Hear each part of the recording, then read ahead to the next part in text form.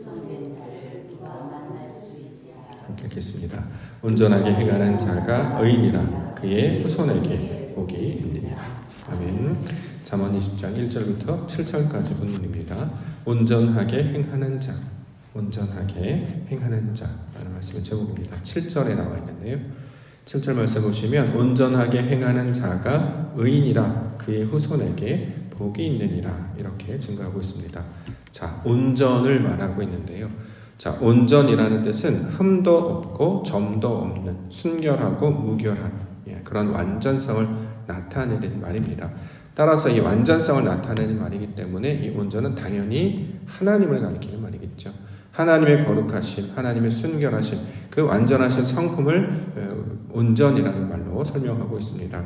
자, 그러면 온전하게 행한다라고 하는 말도 하나님의 그 거룩하고 순결한 성품을 닮아갈 때 이걸 우리가 온전하게 행하는 자의 모습으로 이해할 수 있을 것입니다. 따라서 온전하게 행한다, 즉 하나님의 형상을 담는다 라는 말로 우리가 받을 수 있을 것입니다. 마태복음 5장 48절 말씀 보시면 그러므로 하늘에 계신 너희 아버지의 온전하심과 같이 온전하라. 자, 온전하시는 주체가 누구냐? 하늘에 계신 하나님 아버지가 온전하시다는 거예요. 그래서 우리 가운데 요구하시는 것도 그 형상을 닮은 아들들이 되게 하시기를 원하시기 때문에 우리도 온전해야 된다. 자, 이렇게 말하고 있는 것이죠.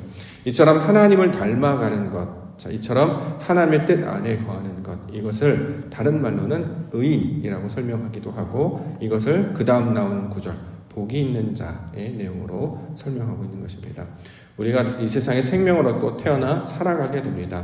연약하고 무익하고 아는 것이 하나도 없는 그러한 자로 이제 시작이 되죠. 그래서 그러한 상태를 젖먹이 어린아이라고 이야기하는 거예요. 그래서 이제 그때마다 하나님께서 선지자를 보내시고 말씀을 가르쳐 주셔서 그 어린아이와 같은 자를 가르치시고 먹이시고 입히셔서 점점 어른이 되게 하죠. 그래서 궁극적으로 장성한 분량까지 우리를 이르게 하십니다. 자, 이처럼 자기의 속성, 어릴 때에는 자기밖에 모르잖아요. 굉장히 이기적이에요. 나만 했던 그 사람이 하나님의 말씀을 받고 지식을 받아서 하나님을 아는 것을 잘하게 하셔서 점점 나 중심의 사람이 하나님 중심으로 바뀌며 나아가는 거예요. 그걸 이제 성경에서는 온전함의 과정으로 설명하고 있고 이걸 온전하게 행하는 길로 우리가 가르쳐주고 있습니다. 이처럼 어린아이가 장성한 분량, 그 어른이 되는 것. 성경에서는 그 어른을 장로라고 이런 명칭을 한다라고 말씀드렸습니다. 자, 이처럼 말씀 안에서 자신의 욕망이나 자신의 경험이나 자신의 생각을 따르지 아니하고 살아계신 하나님의 말씀을 따르고 그의 성품을 닮아 하나님의 그 뜻 가운데 거하며 살아가게 될 때 이걸 온전하게 행하는 자로 말하고 있고 그리스도 예수께서 그 온전하심으로 우리 가운데 찾아오셔서 내가 거룩하니 너희도 거룩하라 그 그리스도의 모습을 담는 자로 살아갈 때 우리도 그 온전함을 따르며 그 온전하게 행하는 자로 만들어 주실 줄 믿습니다. 그 말씀을 따라 하나님의 성품을 담는 자, 하나님의 형상을 담는 자로 살게 하여 주시옵소서. 이렇게 그 순결하고 거룩하고 흠도 없고 점도 없는 그 하나님께 바쳐진 거룩한 제물이신 그리스도 예수를 닮아가시는 우리 믿음의 성도님들 교회 되시기를 주님의 이름으로 간절히 축원합니다. 자, 그에 대한 내용들 설명하고 있는데요. 첫 번째, 포도주와 독주를 멀리한다. 1절, 포도주는 거만하게 하는 것이요 독주는 떠들게 하는 것이라 이에 미혹되는 자마다 지혜가 없느니라. 요거저런 이제 이해해 볼 때 지혜를 우리가 알고 있기 때문에 여기서부터 풀어가면 되겠죠. 지혜는 하나님을 찾고 구하는 것을 지혜라고 합니다. 그런데 하나님을 찾고 구하지 못하면 나머지는 다 미혹하게 된다라는 거죠. 자, 그 미혹하게 되는 것의 특징으로 포도주, 독주 이렇게 이야기합니다. 하나님의 것을 찾고 하나님의 것을 구해서 그것으로 우리를 채워야 되는데 하나님의 것이 아닌 다른 방식을 통해서 시도하려고 모두 그렇게 하는 것, 그건 사람을 거만하게 하는 것이요 소리가 없는, 그러니까 내용이 없는 울리는 꽹과리가 되게 하는 그 떠들게 하는 것이 되기 때문에 이와 같은 모든 시도는 포도주와 독주와 같은 것이다. 자, 이렇게 가르치고 있습니다. 실제로 민수기 6장에 보면 나실인에 대한 조건을 설명하고 있습니다. 나실인, 거룩한 자, 하나님께 구별된 자의 모습으로, 하나님께 바쳐진 자의 모습으로 나신일을 설명하면서 이처럼 하나님께서 구원하신 이스라엘 백성들이 나신일이 모두가 다 나신인이 되기를 바라는 마음으로 율법을 가르쳐 주셨죠. 그 대표적인 특징 중에 하나가 바로 포도주와 독주를 멀리하라라는 것이었습니다. 민수기 6장 2절부터 말씀을 보면 남자나 여자가 특별한 서원 곧 나실은의 서원을 하고 자기 몸을 구별하여 여호와께 드리려고 하면 포도주와 독주를 멀리하며 포도주로 된 초나 독주로 된 초를 마시지 말며 포도즙도 마시지 말며 생포도나 건포도도 먹지 말지니. 자, 하나님께 구별하여 드린 자 나실인들은 이 포도주와 독주를 멀리하라. 죽은 것을 손대지 말라, 병에 손대지 말라 이런 것들도 있습니다만, 머리에 삭도를 대지 말라 이런 것들도 있습니다만, 포도주와 독주, 즉 하나님의 말씀이 아닌 다른 것으로 힘이나 능력을 얻으려고 하는 모든 시도, 그 미혹을 버려야 될 것이다. 자, 이렇게 하고 있습니다. 왜냐하면 이스라엘 백성들이 애굽에서 나와 가나안 땅으로 들어가게 된 그 궁극적인 힘, 원인이 무엇이었습니까? 사람들이 원해서 간 것도 아니었어요. 이스라엘 백성들이 애굽을 나오기 위해서 우리는 이 상황에서 벗어나고 싶습니다 라고 요구하죠. 욕망하지도 않았습니다. 게다가 원하지도 않았고 힘도 없었죠. 스스로 나올 힘도 바로의 통치 가운데 있었기 때문에 그들은 애굽을 빠져나올 수 있는 아무런 힘도 없었습니다. 오직 하나님이 보내신 모세라고 하는 인도자와 또 하나님이 주신 말씀의 그 기적을 통해서 그 애굽이라고 하는 상황에서 벗어나게 된 모든 능력과 힘은 오직 여호와 하나님으로부터 나타나게 됐다는 거죠. 그걸 기억하라는 거예요. 그런데 가나안 땅에 들어가서 이제 먹을만하고 살만하고 쉴만하니까 이게 다 자기의 힘, 자기의 조건, 자기의 노력으로 이렇게 된 것이다 라고 마치 포도주나 독주를 마시는 것처럼 거만하게 굴거나 내용이 없이 떠들게 되거나 아무런 실력이나 아무런 내용도 없이 겉모양만 껍데기만 흉내내는 모든 시도들을 이 포도주 독주로 설명하고 있는 것이죠. 그러므로 이러한 것들을 멀리해야 될 것이다. 그래야 온전함으로 나아간다라는 말씀으로 설명하고 있습니다. 이때 주시는 말씀이 사람이 사는 것은 떡으로 사는 것이 아니었다. 여호와의 입에서 나오는 말씀으로 사는 것이다 라고 가르쳐 주시기도 합니다. 신명기 8장 4절 너를 낮추시며 너를 줄이게 하시며 또 너도 알지 못하며 내 조상들도 알지 못하던 만나를 내게 먹이신 것은 사람이 떡으로만 사는 것이 아니요 여호와의 입에서 나오는 모든 말씀으로 사는 줄을 내가 알게 하려 하심이니라. 우리가 이 땅 가운데 살아가는 것, 우리가 이 땅 가운데 어떤 문제를 해결하는 것, 어떤 과정들을 감당해 나아가는 것, 그 모든 힘과 능력이 하나님의 입에서 나오는 말씀, 그의 능력에서 나온다라는 거예요. 그걸 인정하며 사는 자들이 될 때 바로 이것이 온전한 자의 모습이 될 것입니다. 실제로 이 땅 가운데 오신 예수님도 그가 행하셨던 모든 표적들을 향해서 이것은 나에게서 나오는 능력이 아니라 아버지께서 원하시는 것이었다 이렇게 말씀하고 있죠. 우리가 이 세상을 살아갈 때 아버지의 뜻을 찾고 간절히 구하며 나아갈 때 놀랍게도 그 하나님의 뜻에 우리가 그걸 맞추면 감동이 일어나요. 움직임, 진동이 일어납니다. 이게 마치 소리를 내는 악기처럼 딱 쳤는데 거기에 맞는 그 소리와 진동이 울리게 되는 것은 우리가 하나님의 뜻에 딱 맞게 될 때 그럼 놀랍게도 거기에 소위 막 울림이 있고 하나님의 그 진동이 있고 역사가 나타난다는 거죠. 그래서 우리가 날마다 기도하는 것은 하나님 내 뜻을 들어주세요 이런 기도를 하는 게 아니라 하나님이 원하신 뜻에 우리가 맞춰가는 거예요. 그 진폭과 그 거리와 하나님이 기뻐하신 뜻에 자꾸 맞춰가며 나아간단 말이죠.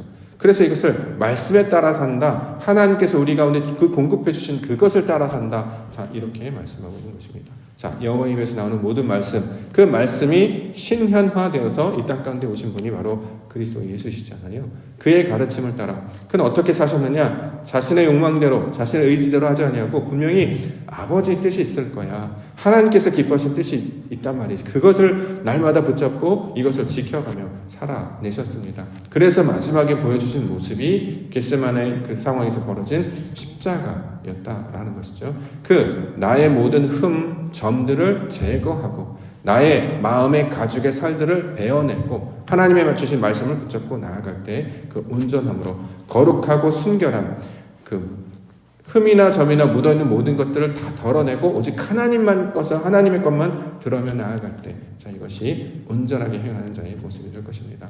그러므로 어제도 말씀드렸던 것처럼 하나님께서 우리에게 원하시는 것은 의도라는 거예요. 의도. 동기가 중요하다. 왜냐하면 결과는 그 의도와 동기에서 나오는 결과에 불과하기 때문에 사람들은 의도가 어떻든 동기가 어떻든 결과만 맞춰내면 된다라고 이야기를 해서 거기에 많이 마음을 두는데, 성경은 중심을 보신다라고 계속 강조를 하고 있기 때문에 이 마음을 바꾸는 것, 동기를 바꾸는 것, 이것이 온전함으로 나아가는 과정입니다. 우리가 여기 이 훈련과 연습이 필요합니다. 처음부터 그렇게 되지 않아요.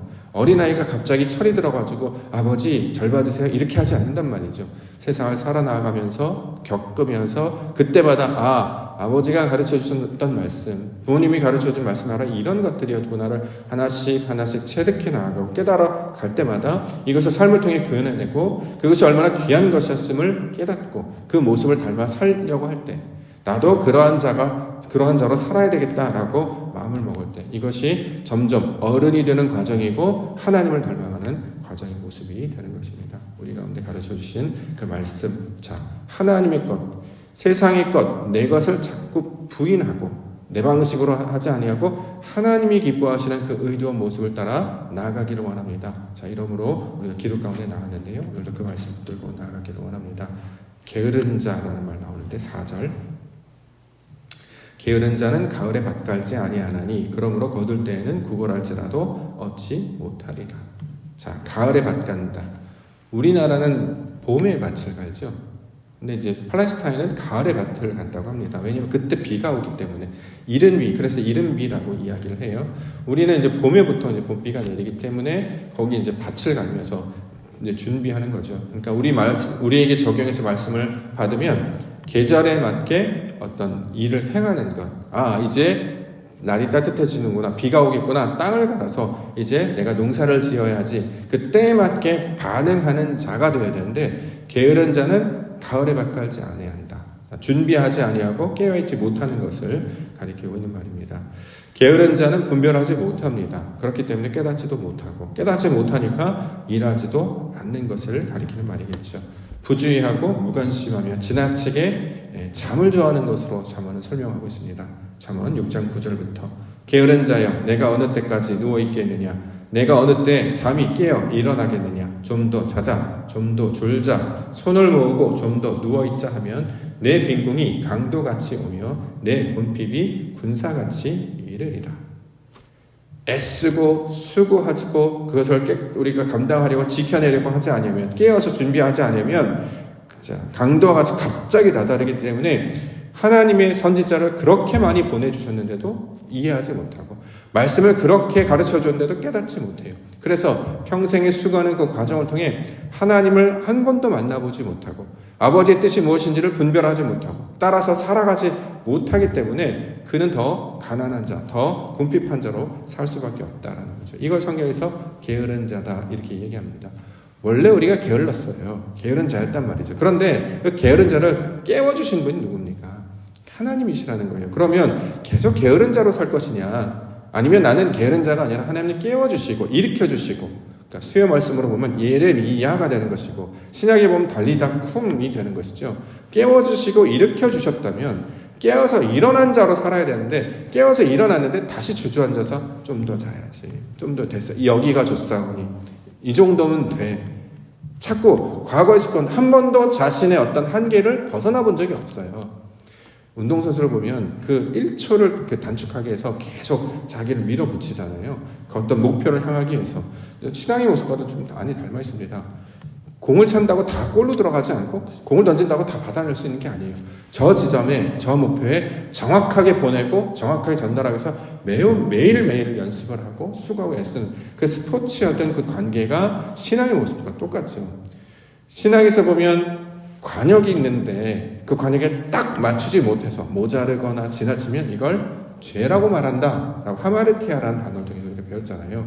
하나님의 뜻이 그러한가 해서 자꾸 맞추려고 하고 다다르려고 하고 받으려고 하고 이걸 붙잡으려고 해야 우리의 삶의 지경을 통해서 이게 확장이 되는데, 그렇지 않고 이 정도면 괜찮지 않을까? 그러면 발전되는 것 같으나 실제로는 퇴보하는 것이다. 우리가 가지고 있는 그 한계치를 뛰어넘는 연습들을 계속 해내지 않으면 성장하지 못하는 것이다. 지금 이렇게 가르치고 있다는 거죠. 이걸 땅을 가는 것으로 설명하고 있습니다. 호세아서 6장 12절 너희가 자기를 위하여 공의를 심고 인애를 거두라. 너희 묵은 땅을 기경하라. 지금이 곧 여호와를 찾을 때니 마침내 여호와께서 오사 공의를 빛처럼 너희에게 내리시리라. 하나님을 찾는 자를 땅을 가는 자로 비유를 하고 있습니다. 우리가 지금 하나님을 찾고 있잖아요. 그러면 땅을 기경하는 자라는 거예요. 땅이 우리잖아요. 우리 마음밭을 계속 갈아내고 있다는 거죠. 하나님께서 나에게 기뻐하시는 것, 하나님의 것을 가장 우선으로 두고 하나님이 하시면, 하나님이 나의 주인이 되시면 이 모든 고백과 신앙의 모습을 하나님께 맞춰냄을 통해서 우리가 점점 그 거룩함으로, 그 온전함으로 나아가게 된다라는 것이죠. 그것이 마침내 열매를 거두게 되면 충성된 자라고 설명하고 있습니다. 6절 많은 사람이 각기 자기의 인자함을 자랑하나니 충성된 자를 누가 만날 수 있으랴. 여기 이제 의문문처럼 그런 사람이 없어라는 의도로 이제 번역을 했는데요. 이 무슨 뜻이냐면 여기서 말한 인자함, 헤세드라는 거예요. 하나님의 헤세드가 우리 가운데 점점 쌓여지면 이게 어디로 연결되느냐? 충성으로 연결된다. 이런 개념으로 이해를 해야 합니다. 안 그러면 이게 비판이 되거든요. 자기의 인자함을 자랑하는 사람, 이걸 우리가 판단할 수 있는 지식과 기준도 불명확하고 또 사람을 판단하는 어떤 근거로 말씀을 쓰려고 하는 것이 아니라 하나님께서 우리 가운데 뭘 가르쳐 주셔서 우리가 하나님의 것을 받고 나아가면 그 형상을 담는 과정으로 이 설명을, 이 말씀을 주고 있기 때문에 말씀도 그런 방법으로 해석을 해야 우리가 엇나감이 없을 것입니다. 자, 많은 사람이 각기 자기의 인자함, 이런 건 이제 단어 원문을 보시면 헤세드가 우리 가운데 점점 많은 자가 되는 거예요. 그러면 어떤 일이 벌어지냐? 충성된 자로 만나게 될 것이다. 이렇게 된다는 거죠. 헤세드. 우리는 보통 그걸 은혜, 긍휼 이런 단어를 번역합니다만 헤세드의 근본은 하나님께서 기본으로 여기신 그 기준 있잖아요. 그 기준이 내 기준이 되는 거예요. 우리로 따지면 높은 자가 생각하는 그 삶의 기준들이 있습니다. 예를 들어서 이제 우리 아이들에게 자주 하는 말인데 항상 기준은 100이 되어야 되잖아요. 그래서 우리가 어렸을 때부터 100점 맞는 연습을 합니다. 기준이 100점이에요. 그럼 100점 맞으려고 애써야죠. 근데 90점, 70점, 80점 있어요. 이만큼도 잘한 것이라고 멈춰 있으면 안 된다는 거예요. 맞을 수는 있어요. 그것이 수든 우든 미든 그것은 아름다운 것이고 좋은 것이고 우수한 것이고 평가를 하지만 그렇더라도 다음번의 목표는 100이 되어야 된다는 거잖아요. 이게 이제 하나님이 말씀한 하나님의 기준입니다. 근데 사람들은 100점이 기준인데 나 70점 맞으면 여기서 됐어. 이게 게으른 자의 모습이라는 거예요. 그렇게 살지 말라는 거죠. 계속해서 우리를 밀어내고 하나님께서 주시는 그 기준, 그 하나님의 기준, 하나님의 성품, 하나님의 온전함을 닮아가는 것, 그게 나의 기준이 되잖아요. 공부 잘하는 사람 목적은 항상 98점을 맞았는데 너무 억울해하고 속상해하는 아이들 있잖아요. 처음에 어렸을 때는 미워하기도 하고 어떻게 저렇게까지 할 필요 있을까 하지만 삶의 모든 정황은 하나님을 깨닫기 위한 하나의 가르침으로 주시고 있기 때문에 그것을 우리가 받아들여야 됩니다. 저게 맞구나. 저렇게 나아가는 것이 옳구나. 내가 최선을 다한다고 해서 내가 100점을 맞을 수 있겠어? 라고 미리 포기하는 것이 아니라 그게 최종 목표이기 때문에 하나님을 아는 그 목적지까지 다다르는 것이 모든 것의 과정이기 때문에 우리 신앙의 기준도 이 정도면 됐어가 아니라 하나님께서 기뻐하시는 수준으로 맞춰내는 것이죠. 그래서 그 기준이 나의 기준이 될 때 이걸 헤세드라고 이야기합니다. 하나님은 긍휼을 베푸시잖아요. 우리가 생각하는 불쌍함의 정도가 아니라는 거죠. 안 됐다, 어떡하니 이 정도가 아니라 하나님께서 긍휼히 여기시는 그 긍휼함이 나의 긍휼함이 되는 것입니다. 그 기준이 하나님의 것, 그걸 헤세드라고 이야기한단 말이죠. 그저 성품이 따뜻하고 온화한 정도가 아니라 그 정도까지 해내는 것이 하나님께서 기뻐하시는 것이다 라는 거예요. 그러면 이게 나중에 어디로 가느냐? 충성으로 연결된다. 충성은 이제 믿음이라는 단어를 보통 번역을 하는데 하나님의 말씀이 내 안에 서게 돼서 그 말씀을 붙들고 믿음이 있는 자로, 신실한 자로 서게 되는 것을 가리키고 있습니다. 저와 여러분들의 신앙의 궁극적인 목적이 소위 말하는 신앙 안에서 어른이 되는 것, 신앙 안에서 그리스도 예수를 목표로 닮아가는 것, 하나님이 주시는 교회와 예배와 신앙의 그 끝까지 이것들을 채워내는 것. 그래서 우리에게 맡겨주신 새벽 기도회라든가 또 주중 어떤 예배라든가 주일 성수라든가 하나님께서 1년 2025년도라고 하는 그 시간 안에 채워나가는 일들을 우리에게 맡겨주셨는데 이것들을 성실하게 잘 채워나간단 말이죠. 그 빠질 수도 있죠. 못 채울 수도 있습니다. 근데 중요한 것은 그 어떤 성적을 이뤄서 내가 이만큼 했다가 아니라 그래서 나는 끊임없이 표대를 향해 나아갑니다. 사도 바울도 그렇지 않습니까? 그렇죠? 나는 지금까지 해왔던 것을 다 잊어버리고 표대를 해서 계속 달려나간다. 우리도 하나님을 향해 끝까지 달려나가는 자가 되어야 할 것입니다. 그것을 위해서 저와 여러분들을 불러주신 줄 믿습니다. 마음을 확장시키고 가슴을 열고 하나님께서 원하시는 그 길로 나는 이 정도면 됐어. 그것이 아니라 하나님께서 나를 그만큼이나 넓히시고 확장시키셔서 나를 채우시는구나. 그 모습을 닮아갈 때 아버지의 온전하심과 같이 우리도 온전함으로 나아가는 거룩한 백성들이 되어질 줄 믿습니다. 그 말씀 붙들고 오늘도 하나님의 그 거룩하심을 은혜를 따라 온전하심을 향해 나아가는 우리 믿음의 성도님들 되시기를 주의 이름으로 간절히 축원합니다. 알겠습니다.